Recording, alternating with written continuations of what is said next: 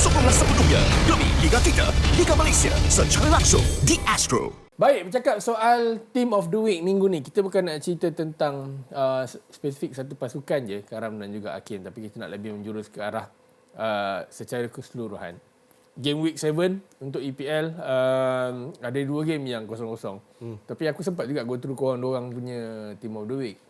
Banyak yang lain daripada apa yang aku pilih, tapi itu yang kita suka. Kita nak terus tengok pilihan daripada Hakim Aiman, sebab tadi sempat perasan cerita tentang beberapa nama yang aku kalau bila cakap soal tim daripada Hakim Aiman ni, dia akan aku boleh expect Bukayo Saka ada dekat situ, Kai Havertz ada dekat situ. Tapi aku Kim, kenapa ada Kaoru Mitoma? Season ni aku rasa macam tenggelam, tapi kenapa dia ada dekat situ? Betul.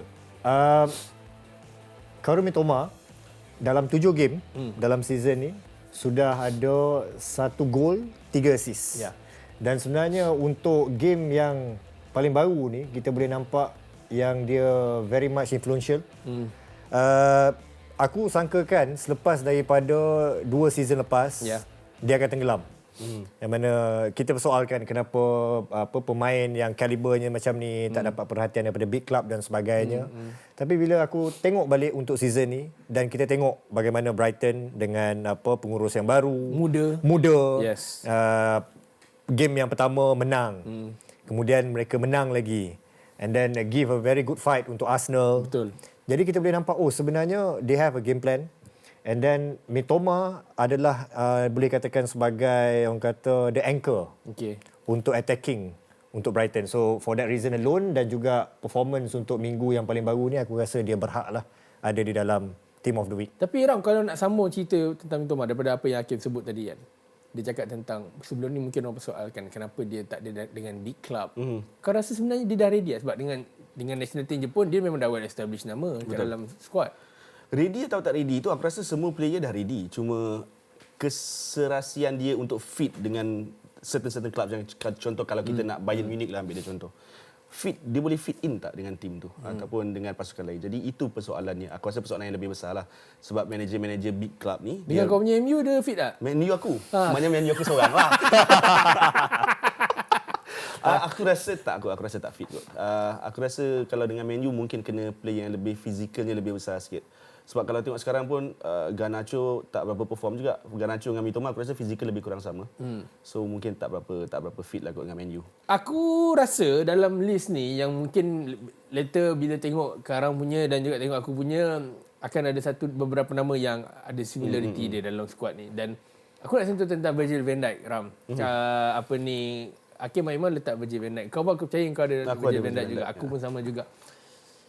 At some point aku pernah kata Virgil van Dijk ni once dia ada injury lutut, ACL yang dia operate tu, it's not the same Virgil van Dijk yang kita kenal. And especially dalam the last 2 season aku rasa dia a bit slow sikit. Dia macam ada dia memang stagnant. Dia sebenarnya cakap dia bukannya drop teruk, tapi dia stagnant. Dia macam dah tak boleh nak pergi lagi. But penghujung season lepas membawa ke season ni, aku rasa dia dah slowly balik kepada dia punya prestasi yang sepatutnya dia ada dekat Liverpool. Kau agree tak statement tu? Slowly yes, aku rasa belum sampai lagi kot daripada yang ketika dia betul-betul menyinar the peak gitu. Tapi itu understandable kan, sebab kita pun makin berusia. So especially atlet yang beraksi pada tahap antarabangsa ni, week in week out, bila usia kau meningkat, prestasi kau of course physical ability kau akan menurun sedikit, especially kau punya kelajuan, recovery dan sebagainya. Jadi tapi still aku rasa considered one of the best defenders in the world lagi lah. So currently apa yang dia buat sekarang dengan Konate di bahagian central defense Liverpool, aku rasa gandingan yang sangat-sangat okey. Kita tahu Konate pun masih muda, so mungkin beban untuk mengejar player-player laju ni akan diberikan kepada Konate lah. So Virgil van Dijk totally akan menjadi defense yang akan cover, yang akan just guide the line lah. Basically Virgil van Dijk clean sheet 1-0 lawan Crystal Palace. Aku itu dilema nak take out Virgil van Dijk ke Saliba. Aku take out Virgil van Dijk, Saliba yang bolos. Mana aku tak menyirat dengan Arsenal. Van Dijk untuk season ni 7 perlawanan, 5 clean sheet. Yes. Yeah. Solid, memang solid. Ya. Maknanya kalau untuk game-game yang mana Liverpool hanya menang 1-0 dan sebagainya, clean sheet tu jadi sangat-sangat berharga. Tapi aku faham bila kau cakap elemen yang yalah bila 1-0 tu dia at the end of the day is a 3 points untuk Liverpool tu sendiri. But secara jujur game lawan Crystal Palace, aku ada sikit perasaan yang kata Liverpool ada a bit luck. Ya.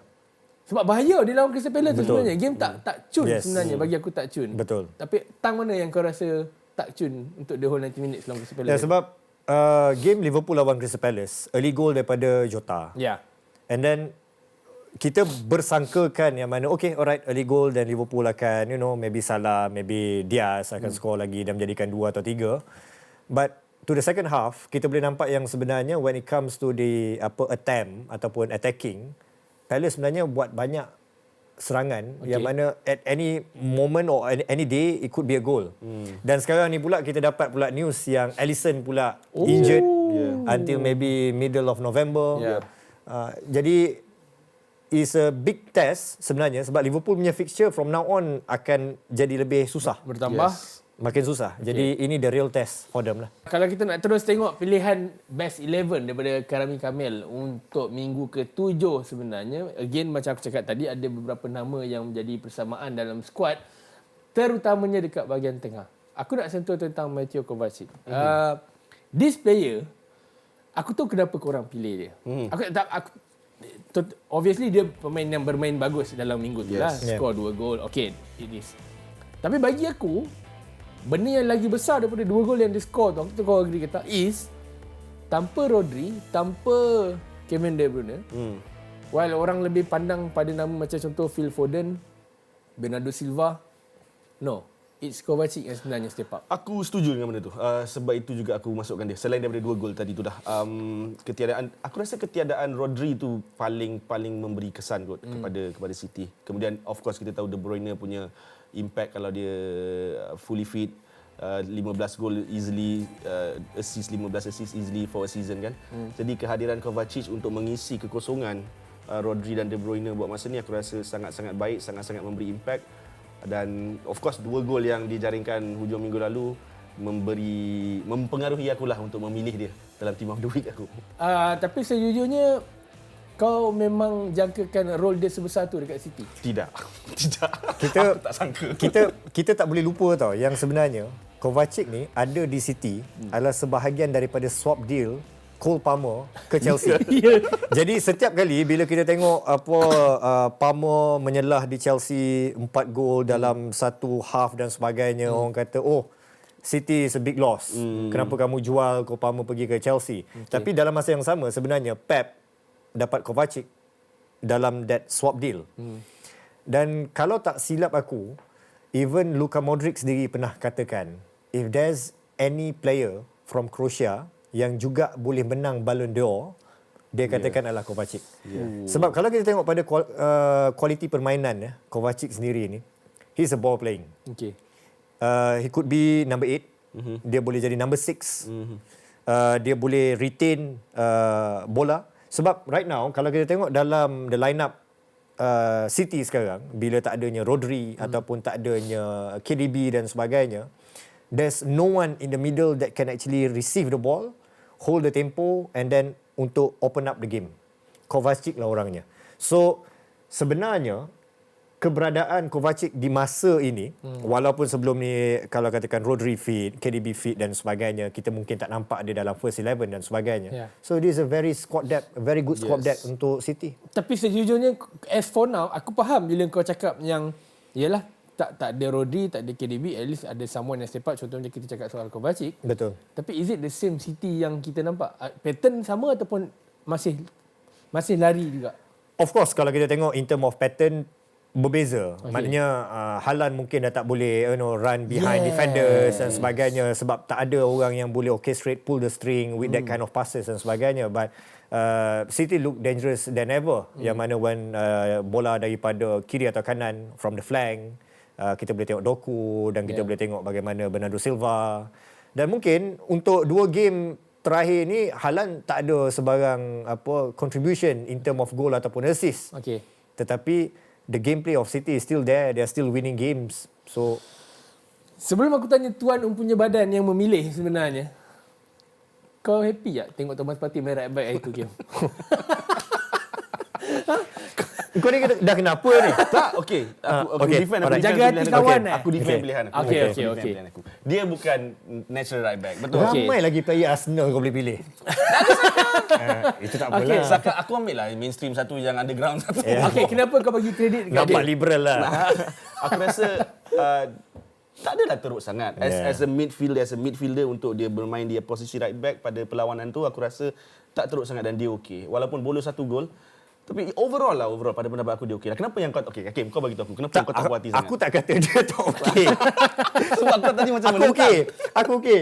Cuma bila aku tengok Yelah kau selitkan parti kat situ kan. Kita macam perasan tak perasan dia ada dekat situ. Tapi sebab lah tepi. okay, alright. I mean sebenarnya aku sendiri pun sebagai fan Arsenal, aku memanglah menaruh harapan lah kepada Partey ni. Sebab it's a dream when it comes to midfield untuk Partey ada bersama dengan Rice, dengan Odegaard. Tapi for the past few weeks, benda tu tak boleh nak ada. Betul. Dan Arteta cuba untuk jadikan Partey di situ as a inverted dan sebagainya. Tapi iyalah, as a fan Arsenal dan mungkin yang lain pun boleh setuju, Partey ni to this point sebenarnya he has lost his leg. Itu yang jadi sebenarnya satu kerisauan lah. Tapi ialah untuk feel the place, the job, mungkin sebenarnya Ben White patut ada di situ, ataupun kalau Tomiyasu fit, Tomiyasu boleh berada di situ. Dan kita pun tengoklah Jurriën Timber sekejap ke kanan, sekejap ke kiri dan sebagainya nak feel the place. Kita boleh nampak. Sorry aku potong. Arsenal ada case fullback sebab dah 2-3 season kanan elok, kiri yang banyak injury. Betul. Now kiri dah settle, kanan pula datang. Kadang-kadang kiri tu tak injured. Tapi kalau masuk Zinchenko tu dia buat risau sikit. So kita anggap je lah baik injured. Okay.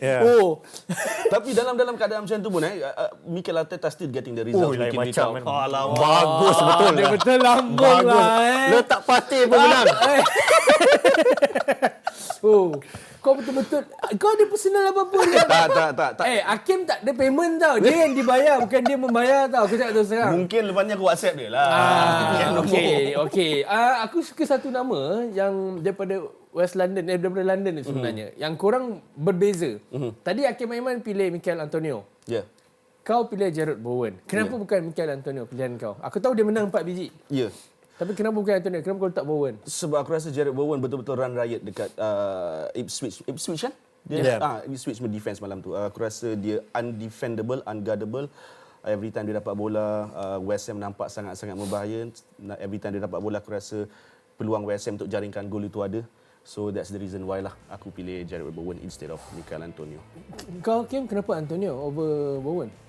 Sebab Antonio ni sebenarnya kalau kita tengok West Ham tak berapa bagus untuk season ni. Yes, fragile. Tapi untuk 2 game terakhir ni Antonio ada 1 gol, 1 gol 3 assist. 3 assist dan ada 1 assist daripada game sebelum ni. Jadi sebenarnya untuk pasukan seperti West Ham yang ketandusan untuk mendapatkan gol dan sebagainya, untuk Bowen dan juga Antonio untuk pick up dia punya momentum, start untuk contribute to the team, it shows yang sebenarnya dia slowing picking up. Mungkin baru nak panas, baru nak warm up untuk the next fixtures. Sebab aku tak menyangka kan ataupun tak jangka sebenarnya West Ham struggling dalam league. Jadi sebenarnya dia makin sedap tau sebenarnya. Squad dia makin sedap. Tapi yang tu aku surprise. Something not right. Sebelum aku nak pergi ke aku punya Ram, aku ni suka persoalkan pilihan orang sebenarnya bila masuk segmen macam ni. Danny Welbeck. Mungkin ada sentimental value sikit kot. Alamak. Bekas yang pemain mana? Arsenal. Tak. Bekas Arsenal. Kau tak sebut bekas MU. Bekas pemain Manchester United. Peringatan dekat Arsenal pun dia barai tau. Dia tak elok pun kat Arsenal. Dia sebenarnya dah berapa season dah main EPL? Betul. Lama. Betul. Yes. Lama. Kita serius. The reason aku pilih dia Lebih 10 years. Dia score winning goal last weekend. Kemudian tak silap aku a few weeks back dia score 2 gol. Tak silap aku. So kita tahu masa dengan United dia ada potential yang sangat besar masa tu ketika itu. Kemudian ada injury. Wrong timing. Kemudian dia ada injury problem sedikit dengan Arsenal tak berapa menjadi. So kita tahu dia tak akan jadi the so called one of the greats of the Premier League. Tapi sebab aku cakap sentimental value tu, kita pernah tengok dia masa dia muda, potential yang dia ada. So hopefully walaupun bermain dengan Brighton yang bukan not the biggest club in the EPL, harapnya dia boleh mampu sumbangkan something lah. So currently dalam 3-4 minggu ni aku rasa dia dah ada 3-4 goals tak silap aku, so which is very good for him. Ada certain, aku tak tahu korang agree ke tak, tapi ada certain nama, aku ambil position penyerang je lah. Ada certain nama penyerang dekat dalam EPL in the past 10 season ke apa, yang mungkin dia tak segar macam kau cakap jadi one of the great untuk Premier League ke tidak, tapi bila kau sebut nama dia, kau tahu dia ada satu remark yang melibatkan dia. Contohnya Peter Crouch, Jermaine Defoe. Those are bukan nama yang bukan duduk dalam big club. Even Peter Crouch kat Liverpool bukannya yang macam segah nama Torres ke contohnya. Tapi again, tu sebab tu aku cakap macam contohnya Welbeck. Aku rasa lagi 10 tahun pun kalau borak pasal Danny Welbeck, mesti ada benda nak borak. Sebab dia punya journey dekat EPL tu sendiri, and macam mana dia step up daripada, yelah kau dari MU, betul pergi Arsenal, Barat, betul berapa banyak kelab kau duduk. Bila bercakap soal pilihan aku, yang mungkin ada persamaan dengan korang, itu dah pilihan aku. Aku letakkan Nathan Collins. Aku rasa Brentford kena bagi kredit walaupun ada bolos, tapi Nathan Collins pun baru ni dapat dia pegang status interim, so-called interim untuk Captain Ireland. But aku nak sentuh tentang Bryan Mbeumo. Player ni, kenapa kau senyum? Aku dah sampai tahap, aku tengok game Brentford, aku nak tunggu minit pertama je. Sebab dia kau awal. Aku dah sampai tahap, yelah, kita rasa nak beli player Brentford dekat fantasy kan. Okey lah, beli Mbeumo okey lah. Okey. Aku lambat beli. Dah habis. Dah habis. Minit pertama skor. Okey tak apa. Next game week. Minit pertama skor. Minggu ni aku tu cantik minit pertama tak skor. Minit kedua dia orang skor. Dia kau Dah aku berteka-teki siapa nak skor next game week. Gila. Yes. Okey, kau bayangkan Brentford dia sebelum ni ada 3 orang. Tapi 3 orang ni dia bukannya individual. Dia complement each other. Yang Wissa, Mbeumo dan juga Evan Toney. Betul. Evan Toney rest panjang tu, bila dia balik dalam squad, dia perform juga. Betul. Bila hilang salah seorang ni, aku expect yang 2 orang ni akan struggle sebab dia complement each other macam aku cakap. Betul. Dan Wissa injured pun sekarang. Wissa injured, tinggal dia seorang buat kerja. Tak, macam member cakap, bukan minit pertama, minit kedua dia score. Dia buat kerja awal supaya boleh relax lepas tu. Betul. Gila. Collect payment awal. Half time dapat collect dah. Half time boleh cakap dengan coach kerja dah siap. Kalau aku go through tadi sebenarnya, ini barang aku suka. Yang penjelasannya aku suka nak dengar. Sebab aku ada jawapan aku sendiri. Jawapan aku mudahnya. Kalau dah budak muda tak boleh harap, yang tua ni je kau terpaksa berharap. Tapi Kim, kenapa kau bagi kredit untuk Johnny Evans minggu ni? Johnny Evans. First 90 minutes untuk Manchester United. Okey. Clean sheet. Okey. Kita semua menjangkakan Kena before titik. game. Be honest. Jujurlah dengan diri sendiri. Jujur. Lawan Aston Villa. Yang baru menang dengan Bayern Munich. Manchester United tengah bergolak sekarang ni. Tak tahu nak letak siapa defender. Kita menjangkakan nama seperti Matthias De Ligt akan bermain ataupun mungkinlah boleh masuklah sama dengan Maguire is playing ataupun mungkinlah dengan Lisandro. Lisandro Martinez dan sebagainya. Dapat line up Johnny Evans, Maguire. Siap. Kau siap. Kebetulan kapten aku Watkins lupa update. Cantik. Harapan dah tinggi. Paling busuk 2 gol. Tapi bila aku tengok game tu, Gila, dia you masih can see this is a type of player yang sebenarnya really playing for the badge. Sekarang ni tim macam MU ni, sebab kau kena percaya apa yang aku cakap ni, sebab aku ni dah bertahan dengan satu pasukan yang aku memang harap we just play for the badge. Okey. Kalah pun tak apa, tapi nampaklah kau bermati-matian. Johnny Evans, for that game alone yang kita boleh nampak, dia tunjuk kepada the new players yang baru masuk dengan harga yang besar ataupun young players, hot prospect, players yang sebenarnya ada potential tapi flop, try to gain again. Dan sebenarnya kita pun tahu, it's a time bomb.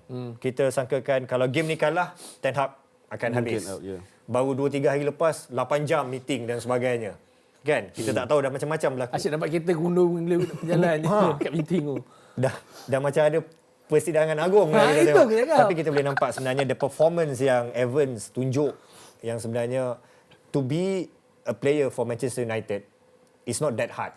You just need to really give your all. Dan sebenarnya dia tak ada buat something yang sebenarnya extravaganza pun for that game. Betul. But itulah, aku suka yang kau yang lain. Dia tak ada buat satu benda yang really boom. Yang buat kau pandang all the attraction pergi kat dia pun. Tak. Tapi sebenarnya dia kadang-kadang dalam bola sepak, kau tak perlu buat benda yang gila-gila pun untuk kau ke depan. Sebenarnya kau just perlu buat benda yang basic kau solid enough untuk kau betul-betul make it perfect. Kenapa aku cakap pasal Johnny Evans? Bukan aku nak lambungkan dia, tapi cuba kau sebagai peminat Man United, Hakim memang aku percaya dia dah kenal nama Johnny Evans dah lama dah. Cuba ingat balik, since day one dia balik, since Tehak panggil dia pergi Man United, bila yang waktu dia main, dia buat silly mistake. Aku rasa tak ada. Tak ada. Setakat musim ni belum lagi kot. Musim lepas aku rasa ada satu kot. Aku tak ingat. Tapi not so individual. Betul.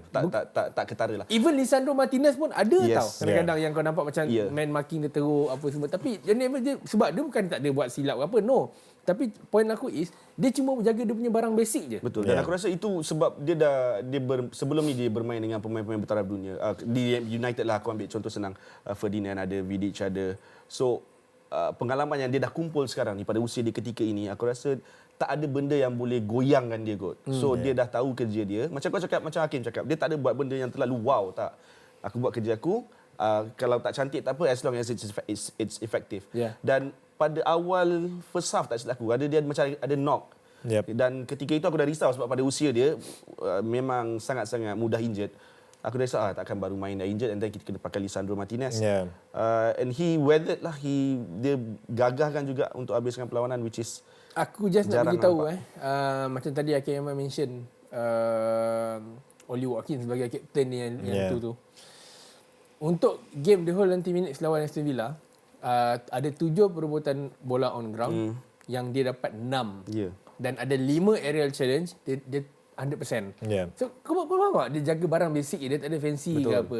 Tetapi kita janganlah suruh dia buat benda tu tiap-tiap minggu. No, tak boleh. Sebab biasa bila puji, tak puji pun jadi jahanam. Kalau puji jadi jahanam. Kita just puji untuk game tu. Kita jangan harapkan untuk seterusnya. Tidak. Minggu ni juga kebetulan, selain daripada Thomas Partey yang kau jaga hati Hakim Aiman tadi disebabkan nak letak dia right back, sebenarnya ada juga midfield yang main right back, contohnya James Garner, and that's why aku bagi kredit ke dia. 0-0 lawan Newcastle United, aku rasa satu benda yang kena bagi pujian, and that's why kita semua ada Johnny Pickford tadi. Kau penalty save, crucial game, first clean sheet. Everton aku tak tahu bila-bila masa dia silap-silap sampai tahap Everton next season dia akan pindah stadium baru. Jangan sampai next season main stadium baru dalam keadaan main championship tau. Itu tak kelakar sebenarnya. Apapun aku nak tutup cerita ni dengan last player. Kita semua ada Bukayo Saka. Aku tahu ada discussion sebelum ni yang bercakap soal, even kat social media pun cakap soal Bukayo Saka yang kena step up bila tak ada contohnya Odegaard, and burden tu datang kat dia. Aku bagi konteks Hakim dan juga Karam. Sejujurnya aku tak suka bila Bruno Fernandes pegang armband. Bagi aku it's a burden. Dan engkau sekarang ni macam aku cakap, Odegaard tak ada all the attention, dia lah kena jadi general, dia lah kena jadi scorer juga untuk Arsenal, and that's why even dia ada assist. Kau happy tak benda tu untuk Saka? Right after the game ada interview yang mana soalan ditanyakan kepada Saka, macam mana dia accept the responsibility untuk dapat armband for the very first time. Sebab dia adalah player academy, memang datang daripada London, North London, bermain dengan Arsenal daripada kecil, dan sekarang ni kita boleh nampak dia punya contribution, how important dia dalam Arsenal, dan sekarang ni bagi pula armband. Dia cakap, when you are playing for this kind of club, dah begitu lama, you daripada academy, under 16, 18, 20, masuk first team dan sebagainya, dia rasa macam benda ni adalah satu perkara yang dia sendiri nak.